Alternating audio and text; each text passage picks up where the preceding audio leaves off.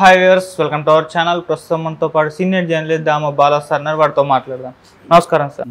Sir, నేనంతా కూడా Kaushik Reddy versus Arikapudi Gandhi వీళ్ళిద్దరి మధ్య వివాదం జరిగింది. ఆయన ఇంటి పైకి దాడికి కూడా వెళ్ళారు, కౌశిక్ రెడ్డి ఇంటి పైకి. ఆ తర్వాత అరెస్ట్ చేసేసారు అందరినీ కూడా. అయితే మళ్ళీ ఈవినింగ్ హరీష్ రావు గారు నిరసనలు తెలియజేశారు ఈ దాడి పట్ల. అయితే ఆ టైంలో అరెస్ట్ చేసే టైంలో హరీష్ రావు గారిని అరెస్ట్ చేసే టైంలో ఆయనకు గాయాలయ్యాయి, దెబ్బలు దాకాయని చెప్పేసి చెప్తున్నారు. అసలు ఏమైంది హరీష్ రావు గారికి? వీళ్ళిద్దరి మధ్య ఉన్న కాన్ఫ్లిక్ట్ ఏంటి సార్? నిన్న యాక్చువల్గా తెలంగాణలో ముఖ్యంగా కొండాపూర్లో ఒక యుద్ధరంగాన్ని తలపించే విధంగా అయింది. దానికి ప్రధాన కారణం ఏంటంటే Arikapudi Gandhi BRS MLA Serilingampally. So ఆయన 2014లో తెలుగుదేశంలో ఉన్నాడు, తర్వాత బీఆర్ఎస్లోకి వచ్చాడు. బీఆర్ఎస్ నుంచి షేర్లింగంపల్లిలో గెలిచిన తర్వాత అతన్ని కండువా కప్పి రేవంత్ రెడ్డి కాంగ్రెస్లోకి తీసుకున్నాడు. అతన్ని పిఏసి పబ్లిక్ అకౌంట్స్ కమిటీ చైర్మన్గా ఆయన్ని చేశాడు. మామూలుగా అయితే పిఏసికి ప్రతిపక్షాల నుంచి చేసే సంప్రదాయం ఉంది. దేశంలో కూడా రాహుల్ గాంధీ కూడా ఇదే విషయాన్ని అక్కడ చెప్పాడు పార్లమెంట్లో. సో ఈ కాంటెక్స్లో వీళ్ళు ఆల్రెడీ కోర్టు ఫిరాయింపుల చట్టాన్ని అమలు చేయాలి, స్పీకరు 4 వారాల లోపల చర్య తీసుకోకపోతే మేమే సుమోటోగా తీసుకుంటామని తీవ్ర హెచ్చరికలు చేసింది హైకోర్టు. ఈ నేపథ్యంలో దీని మీద కూడా రేపు పొద్దున గొడవ అవుతుందేమో, కోర్టుకు పోతారేమో అని చెప్పి కాంగ్రెస్ పార్టీ ఏం చేసిందంటే, ఇతను మా పార్టీలో చేరలేదు, అది కండువా కూడా అది మామూలు దేవుడి కండువా తప్ప కాంగ్రెస్ కండువా కాదు అని ఒక నెరేటివ్ చెప్పేసి అతను బీఆర్ఎస్కే ఇచ్చామని చెప్పాడు. సో ఇది క్లియర్గా అందరికీ తెలుసు, కాంగ్రెస్ దొంగట ఆడుతుందని, అరికపూడి గాంధీ దొంగట ఆడుతున్నాడని పబ్లిక్ అందరికీ తెలుసు. అయినా కూడా టెక్నికల్గా వాళ్ళు రేపు కోర్టుకు దొరకకూడదనే దీంట్లో నుంచే చేశారు. ఇవాళ ప్రజాభిప్రాయాన్ని ప్రజలు ఏమనుకుంటారని పట్టించుకునే పరిస్థితిలో పొలిటికల్ పార్టీలు లేవు. నిస్సిగ్గుగా వాళ్ళు అనుకున్నది చేస్తున్నారు. లాస్ట్లో ఒక 1 year ముందుగా ప్రజల్ని ఏమార్చడం ఎలా అనేది ఇప్పుడు ప్రతి పొలిటికల్ పార్టీ నేర్చుకున్నాయి. సో అదే పని కాంగ్రెస్ కూడా అదే పనిలో ఉంది. సో అందుకని అరికపూడి గాంధీ బీఆర్ఎస్ అని ఎప్పుడైతే ప్రకటించాడో, కౌశిక్ రెడ్డి ఇతను హుజూరాబాద్ నుంచి వచ్చాడు. అతను అయితే నేను వెళ్ళి వాళ్ళ ఇంటి మీద జెండా ఎగరేస్తా, బీఆర్ఎస్ జెండా అని ప్రకటించాడు. నిజమే కదా, బీఆర్ఎస్ అని చెప్పుకుంటున్నాడు. బీఆర్ఎస్ అయినప్పుడు వాళ్ళ ఇంటి మీద బీఆర్ఎస్ జెండా ఉంటే తప్పేంటి? సో అది నేను చేస్తానని చెప్పాడు. నిజానికి ఇతను నిజంగా బీఆర్ఎస్ అయితే అతన్ని రమ్మనాలి, అతనికి బ్రేక్ఫాస్ట్ విందో లేకపోతే టీ విందో ఏదో ఇవ్వాలి. ఎవరు? గాంధీ. ఇచ్చి రా ఎగరేద్దాంరా, నేను బీఆర్ఎస్ అని చెప్పాలి నిజంగా బీఆర్ఎస్ అయితే. కానీ ఇదంతా దొంగట కదా. కాబట్టి అతను పోలీసులకి చెప్పారు. పోలీసులు ఏం చేశారంటే ఈ కౌశిక్ రెడ్డిని, అది యాక్చువల్గా విల్లాసు గేటెడ్ కమ్యూనిటీ, అక్కడ వెళ్ళి హౌస్ అరెస్ట్ చేశారు కౌశిక్ రెడ్డిని. హౌస్ అరెస్ట్ చేసినప్పుడు అందరితోనే సైలెంట్గా ఉండాలి, కానీ అరికపూడి గాంధీ సైలెంట్గా ఉండలేదు. నేను వెళ్ళి అతన్ని ఇచ్చేస్తాను, నేను వస్తాను మీ ఇంటికి అని చెప్పి అతను అనౌన్స్ చేసి, అతను పెద్ద ఎత్తున వెహికల్, ఒక మా సినిమాలో చూపించే విధంగా ఫ్యాక్షన్ బ్యాచ్ ఎట్లా వెళ్తారో అలాగే వెళ్ళారు.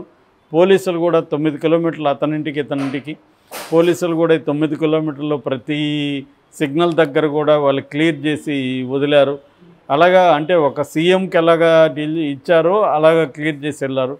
అలాగా లక్షల మంది చూస్తూ ఉంటే వీళ్ళు అలాగ వెళ్ళి అక్కడ కూడా గేటెడ్ కమ్యూనిటీలో మామూలుగా లోపల వ్యక్తి రమ్మంటేనే మనల్ని అలో చేస్తారు. లోపల వ్యక్తికి ఫోన్ చేస్తారు, పలానా వ్యక్తి రమ్మంటారంటేనే చేస్తారు, అంత సెక్యూరిటీ ఉంటుంది. అయినా కూడా మామూలుగా పోలీసులు అడ్డుకోవాలంటే గేటు ముందే అడ్డుకోవచ్చు, గేటు వరకు కూడా రానియకుండా. కానీ గేటు వరకు రానిచ్చి గేటు దగ్గర అడ్డుకున్నట్టు డ్రామా చేశారు. దాంతో ఈ అరికపూడి గాంధీ మనుషులు, అరికపూడి పృథ్వీ అనే వాళ్ళ బ్రదర్ అనుకుంటా, వీళ్ళందరూ వెళ్ళి కోడిగుడ్లు, రాళ్ళు, టమాటాలు వాళ్ళ ఇంటి ముందు విసిరారు. ఆయన మన కౌశిక్ రెడ్డి వాళ్ళ మామ మొన్ననే హార్ట్ ఆపరేషన్ చేసుకున్నాడు. ఆయన భయభ్రాంతం అయిపోయాడు. ఆయన ఉన్న గది దగ్గర కూడా అద్దాలు ఉంటే వాటి మీద రాళ్ళు ఇస్తారు. సో ఆయనకి ఇప్పుడు మళ్ళీ ఆయన హాస్పిటల్ అవ్వాల్సిన పరిస్థితి ఏర్పడింది. సో ఇది క్లియర్గా పోలీసులే వీళ్ళకి సపోర్ట్ చేశారు. ఈ లోపల అరికపూడి గాంధీ ఏమో మీడియాతో మాట్లాడుతూ బండబూతులు తిట్టాడు. ఇతన్ని బ్రోకర్ డాషర్ని పచ్చిబూతులు తిట్టు నిన్ను అంతం చేస్తానన్నట్టుగా ఇతను రెచ్చిపోయాడు. మరోవైపు అతను కౌశిక్ రెడ్డి కూడా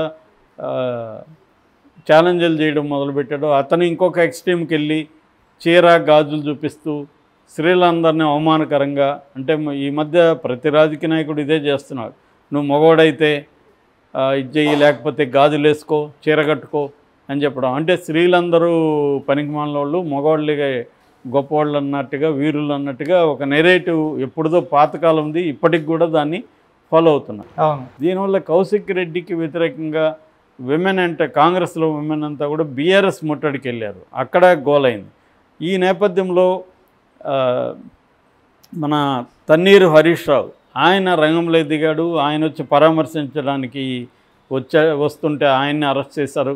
అట్లాగే బీఆర్ఎస్ ఎమ్మెల్యేలంతా అరెస్టులు చేసి దాదాపు 2.5-3 గంటలు వెహికల్లో తిప్పడం. ఈ మధ్యకాలంలో ఇదొక మెథడ్ అయింది. అరెస్టులు చేసినట్టు చేయడం, నిజానికి లీగల్గా అరెస్ట్ చేసినప్పుడు కోర్టుకు పెట్టాలి, అది చేయరు వీళ్ళు. అరెస్టులు చేసి వెహికల్లో తిప్పుతారు. వీలైనంతగా వాళ్ళని భయభ్రాంతం చేయడం, వాళ్ళని మూత్రానికి వదలకపోవడం, లేకపోతే నీళ్ళు ఇవ్వకపోవడం, అలాంటి హరాస్మెంట్ అనమాట. నిన్న కూడా అలాంటి హరాస్మెంట్ చేశారు. తన్నీరు హరీష్ రావును కూడా అలాగే బలవంతంగా చేయడంతో గొడవైంది. ఆయనకు ఒక భుజం బాగా గాయమైపోయింది, కింద పడిపోయాడు.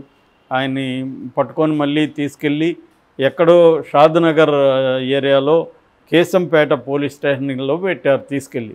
అట్లాగే తలకొండ పిఎస్లో మిగతా వాళ్ళని పెట్టారు. అంటే సిటీకి దూరంగా తీసుకెళ్ళి వీళ్ళని కావాలని తిప్పి అక్కడ పెట్టి అక్కడ వదిలేయడం. మళ్ళీ ఈ టాక్టిక్స్ నిన్న చేశారు.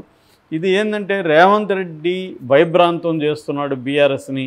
బీఆర్ఎస్లో నుంచి తీసుకోవడం, వాళ్ళ ద్వారానే దాడులు చేయించడం. మనం చూసాం ఆల్రెడీ. దానం నాగేందర్ అసెంబ్లీలోనే బండబూతులు తిట్టి ఛాలెంజ్ చేశాడు. ఇప్పుడు కూడా ఈ సందర్భం కూడా మేంగాననుకుంటే మొత్తం బీఆర్ఎస్ ఇండ్ల మీదకి మా వాళ్ళు కానీ వస్తే ఒకరు కూడా మిగలరని దానం నాగేంద్ర కూడా నిన్న కూడా ఛాలెంజ్ చేశాడు. అంటే క్లియర్గా రేవంత్ రెడ్డి బీఆర్ఎస్ని భయభ్రాంతం చేసి బీఆర్ఎస్ని తొక్కేయాలన్న ఆలోచనలో రేవంత్ రెడ్డి టాక్టిక్స్ కనబడుతుంది మనకు. అదే పద్ధతి గతంలో జగన్ చేశాడు, ఇప్పుడు చంద్రబాబు అక్కడ అదే చేస్తున్నాడు, ఇక్కడ రేవంత్ రెడ్డి కూడా అదే చేస్తున్నాడు. గతంలో బీఆర్ఎస్ కూడా అదే చేసింది. ఇక్కడ తేడా ఏం లేదు. అందుకే నేను చెప్తుంటే ఏ పొలిటికల్ పార్టీలకు తేడాలు లేవు.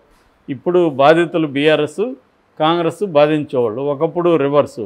ఒకప్పుడు బీఆర్ఎస్ కూడా ఇలాగే ప్రవర్తించింది. బీఆర్ఎస్ కూడా దాడులు చేయడం, హౌస్ అరెస్టులు చేయడం. ఇదే పద్ధతిలో ఇప్పుడు నీవు నేర్పిన విద్య నీరజాక్ష అని పాత పద్యం ఉంది. అలాగా రేవంత్ రెడ్డి కూడా కొత్త విషయాలు ఆయన ఏం నేర్చుకోవాలని పడిన పాతది అమలు చేస్తే చాలు. అదే పద్ధతిలో రేవంత్ రెడ్డి చేశాడు. గతంలో పోలీసులు ఎలాగైతే రేవంత్ రెడ్డిని అర్ధరాత్రి ఇళ్లలో నుంచి తీసుకొచ్చి భయభ్రాంతం చేసినప్పుడు రేవంత్ రెడ్డి హెచ్చరించాడో పోలీసుల్ని, మేము అధికారంలోకి వస్తాము, అప్పుడు మీ సంగతి చూస్తామని. అదేవిధంగా నిన్న హరీష్ రావు కూడా ఒక పోలీస్ ఆఫీసర్తో ఆర్గ్యుమెంట్ జరిగినప్పుడు మళ్ళీ 4 ఏళ్లలో మేము అధికారంలోకి వస్తాం, నీ సంగతి చూసుకుంటాం అని అన్నాడు. అక్కడ కూడా లోకేష్ అదే అన్నాడు. అంతకుముందు జగన్ కూడా వైజాగ్లో జరిగినప్పుడు నిన్ను గుర్తుపెట్టుకుంటా అని జగన్ అన్నాడు. అంటే వీళ్ళు అధికారంలో ఉన్నవాళ్ళు పోలీస్ యంత్రాంగాన్ని ప్రతిపక్షాల మీద ఒక దారుణంగా ఉపయోగించడం అనేది జరుగుతుంది. అందుకనే ఇప్పుడు చంద్రబాబు అధికారుల మీద కూడా కక్ష తీర్చుకుంటున్నాడు.